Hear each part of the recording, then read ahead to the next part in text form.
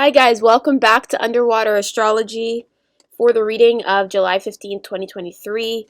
As the new energies are being ushered in with Mars and Virgo oppose Saturn and Pisces with Neptune there, there's going to be a lot more clarity on what you need to really come into alignment with your strategy on the long term, because Pluto's in Capricorn highlighting the long term, but it's going in retrograde because that's the nature of the universe and it's in retrograde. So with that, we're coming out of Pluto in Aquarius, and so for temporary, we're like back in Pluto in Capricorn to restructure our life, to make more boundaries, to have a smoother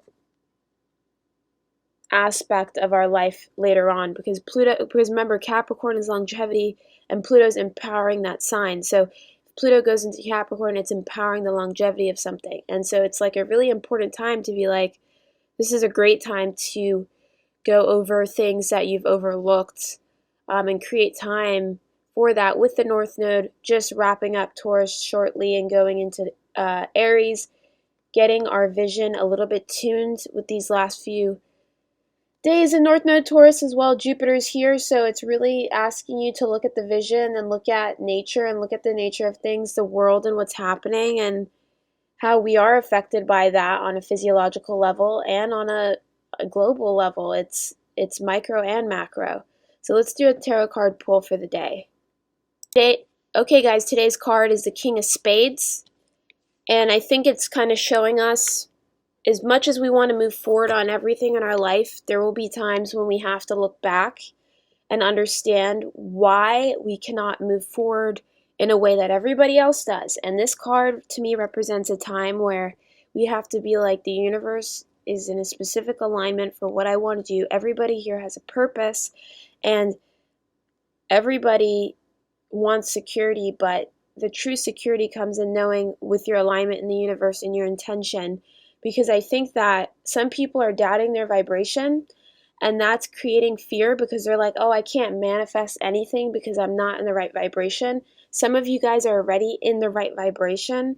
It's more understanding that with here, the alignment of the universe, it's like having confidence that whatever you've been doing for years definitely alchemates to something. So if you've been, for example, a journalist for years, then you have journaling experience. If you've been playing music for years, you have musicianship experience. If you've been doing tarot for years, you have tarot experience.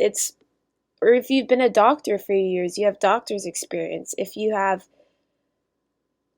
surgery experience 10 years, you have surgery experience.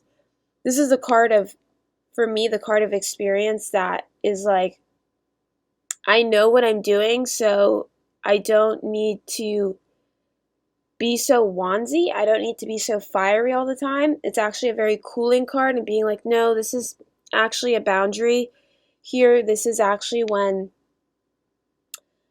I have to pull back and be like, everything is truly aligned in my life, and be like, let me realign some things, or let me realign how I see things, because I think people are in the mindset of big picture still from America's old return chart, right?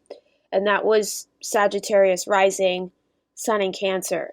But now we're in Sun in Pisces, Gemini rising. So it's like about survival more. And that to me indicates where we get lost in the big picture so much sometimes that we don't see the fine details, or we get lost in the fine details that we don't see the big picture. I think it's like a balance. I think with us approaching South Node Libra, it is going to be about understanding how have things been out of balance with our perspective on our life, and how do we need to bring things back into balance. Because with North Node Aries, there could be fiery times, but I really highly suggest people stay out of the fire itself. I think it's good to have the energy of fire, but remember, this is not North Node Leo. This is North Node Aries, so that's just a fire starter.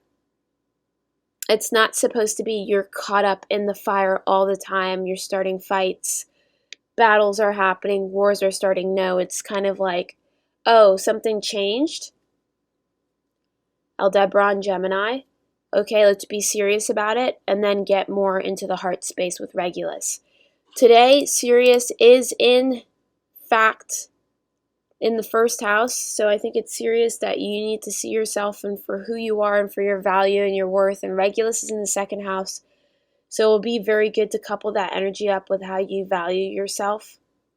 It could mean doing things that are of higher value with less energy output to create more energy for you to come back in and reflect. I think today's a day, if we're just not reflecting too much, we might get caught up in a wind spiral of, I don't think this would happen at all because we're talking about it, but you want to be careful not to be caught up in a wind spiral by going too fast. It's true, because you don't want to never have time for reflection or know what's happened in your life and why you feel the things you've felt. And there's always someone validating you somewhere in the world, but it's like you have to validate that. There are people in your situation with the same situation, and that there is room for you to be who you are, but it might just mean shifting groups, with Hygeia and Aquarius to do with the 11th house. Aquarius rules the 11th house. Sanitation of groups. Sanitation of changing friend groups, because these people have bad influence on me. If someone has a negative influence on you, Hygeia here is to be like, okay, we kind of have to shift our attention, our focus, and go into a higher state of vibration, a higher state of vibration. And that higher vibration validates all the things you've been knowing in the past that you've been doing for years. For people who are a bit younger, this is the card of mastery, getting back into doing something and honing in on your craft so that you can understand that life is about mastery. So if you do something for years, even like meditating, right, it's still going to contribute to you understanding that you have expertise in this craft because you've been doing it for years. If you like this video, please like the video and subscribe to Underwater Astrology. I look forward to seeing you guys tomorrow for the tarot card pull, and I hope you guys have an amazing day. Namaste.